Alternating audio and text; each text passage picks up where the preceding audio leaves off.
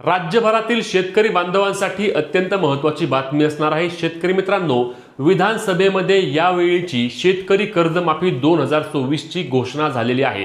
आता याची अंमलबजावणीची प्रक्रिया एप्रिल महिन्यापासून समिती सादर करेल, ज्यामध्ये अटी काय असणार आहेत, निकष काय असणार आहेत या संदर्भातील सर्व माहिती मिळणार आहे। कारण सरकारने यामध्ये कुठल्याही प्रकारे सरसकट कर्जमाफी आहे असे सांगितले नाही, तर पात्र शेतकऱ्यांना केवळ ही कर्जमाफी मिळणार आहे। त्यासोबतच शेतकरी जे रेग्युलर कर्ज भरतायत त्यांच्यासाठी 50,000 रुपये प्रोत्साहनपर अनुदान म्हणून देखील जाहीर केलेलं आहे। पण लक्षात घ्या शेतकरी मित्रांनो, एप्रिल महिन्यामध्ये जेव्हा याची प्रक्रिया सुरू होईल त्याआधी तुमच्याकडे कागदपत्र असणे आवश्यक असणार आहे आणि त्यामधील सर्वात एक महत्त्वाचे कागदपत्र असणार आहे जे अनेक शेतकऱ्यांकडे अजूनही नसल्याची माहिती मिळत आहे। आणि हे कागदपत्र नसेल तर तुम्हाला शेतकरी कर्जमाफीचा त्या ठिकाणी लाभ मिळणार नाही, तुम्हाला प्रोत्साहनपर अनुदान देखील मिळणार नाही। म्हणूनच ही शेवटची संधी असणार आहे, अन्यथा तुम्हाला या मोठ्या संधीपासून त्या ठिकाणी मुकावं देखील लागू शकतं। ही व्हिडिओ जास्तीत जास्त शेतकरी बांधवांपर्यंत शेअर नक्की करा, जेणेकरून सर्व शेतकरी या कागदपत्र काढून घेतील आणि ते देखील या कर्जमाफी अथवा प्रोत्साहनपर अनुदान योजनेचा नक्कीच लाभ घेऊ शकणार आहेत।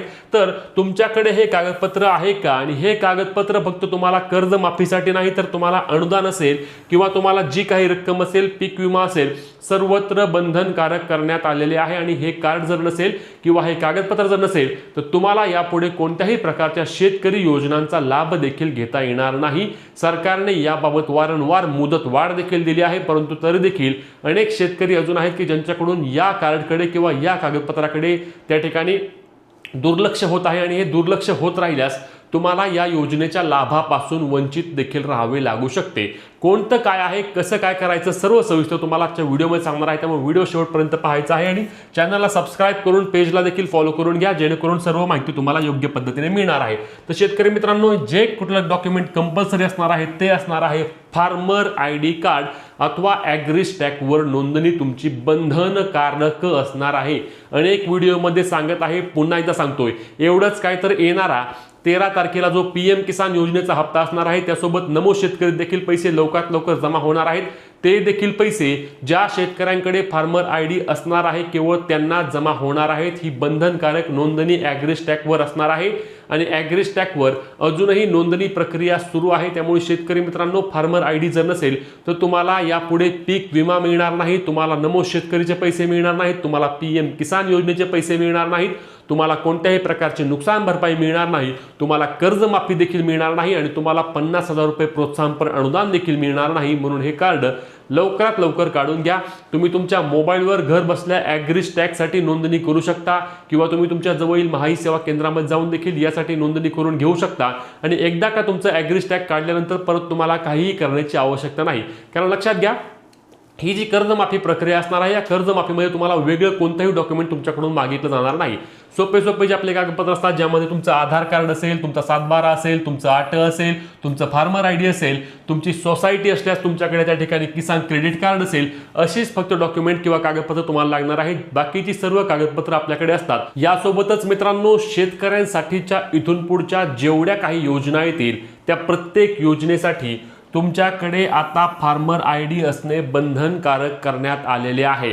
त्यामुळेच लवकरात लवकर लक्षात घ्या, एप्रिल महिन्यापासून जर कर्जमाफीची प्रक्रिया एकदा सुरू झाली, कर्जमाफीच्या याद्या फायनल झाल्यानंतर तुम्ही फार्मर आयडी काढून देखील काही उपयोग होणार नाही। कारण एकदा काही कर्जमाफी प्रक्रिया होऊन गेली की त्यानंतर तुम्हाला या योजनेचा कोणत्याही प्रकारचा लाभ मिळणार नाही। सरकारच्या वतीने देखील याबाबत वारंवार सांगितलं गेलं आहे। त्यामुळे तुमचा फार्मर आयडी काढलेला आहे का नाही त्याची खात्री करा। तुम्ही फार्मर आयडीच्या वेबसाईटवर जाऊन तुमचा त्या ठिकाणी आधार नंबर जरी टाकला तरी तुमचा फार्मर आयडी आहे का नाही हे तुम्हाला समजणार आहे। आणि फार्मर आयडी असल्यास तुम्हाला घाबरून जाण्याची आवश्यकता नाही। जर तुमच्याकडे 30 सप्टेंबर 2025 लक्षात घ्या, याबाबतच्या काही महत्त्वाच्या माहिती म्हणजे 30 सप्टेंबर 2025 रोजी तुमची थकबाकीमध्ये जर गेला असाल तुम्ही तर तुम्हाला 2 लाखांपर्यंतची कर्जमाफी दिली जाणार आहे। यामध्ये कुठल्याही प्रकारची अडचण नाही। आता अनेक जण बोलतील की आमचं आता या वर्षी कर्ज थकीत गेलं आहे तर तुम्हाला कर्जमाफीचा लाभ मिळणार नाही। सरकारची तारीख असणार आहे 30 सप्टेंबर। तुम्ही जर त्यानंतर थकबाकीमध्ये गेला असाल तर तुम्हाला या योजनेच्या लाभापासून वंचित राहावे लागेल। यासोबत सरकारने यामध्ये ज्या अटी टाकल्या आहेत त्या अटींमध्ये सर्वात महत्त्वाची बाब म्हणजे ज्या शेतकऱ्यांनी यापूर्वी कर्जमाफीचा लाभ घेतला आहे कदाचित त्या शेतकऱ्यांना देखील यामध्ये आताच्या कर्जमाफीचा लाभ मिळणार नाही, कारण सरकारचं एक मत यामध्ये स्पष्ट आहे की जे शेतकरी पात्र आहेत, जे शेतकरी खरोखरच या कर्जमाफीच्या गरजू आहेत, केवळ त्यांनाच आम्ही या ठिकाणी कर्जमाफीचा लाभ देणार आहोत. इतर अनेक जे शेतकरी आहेत की मुद्दामून त्यांचे कर्ज थकबाकीमध्ये घालवत आहेत, त्यांना आम्ही या कर्जमाफीचा लाभ देणार नाही असे सरकारच्या वतीने वारंवार सांगितलं देखील गेलं आहे. म्हणून लक्षात घ्या शेतकरी मित्रांनो, पात्र शेतकऱ्यांनाच केवळ या वर्षीच्या कर्जमाफी योजनेचा लाभ मिळणार आहे. प्रोत्साहनपर अनुदानासाठी देखील 9 मार्च 2026 पर्यंतचा डेटा सरकारने त्या ठिकाणी मागवला आहे. म्हणजेच की 9 मार्च 2026 पर्यंत ज्या शेतकऱ्यांचं कर्ज हे नवं जुनं झालेलं आहे, जे शेतकरी आपलं कर्ज रेग्युलर नवे जुने करतायत, त्यांना 50,000 रुपये प्रोत्साहनपर अनुदान म्हणून सरकारच्या वतीने दिले जाणार असल्याचे त्या ठिकाणी सरकारने सांगितलं आहे. मग आता याबाबत देखील विरोधकांनी देखील अनेक त्यामध्ये प्रश्न मांडले आहेत की 31 मार्च रोजी शेतकरी नवे जुने करतात.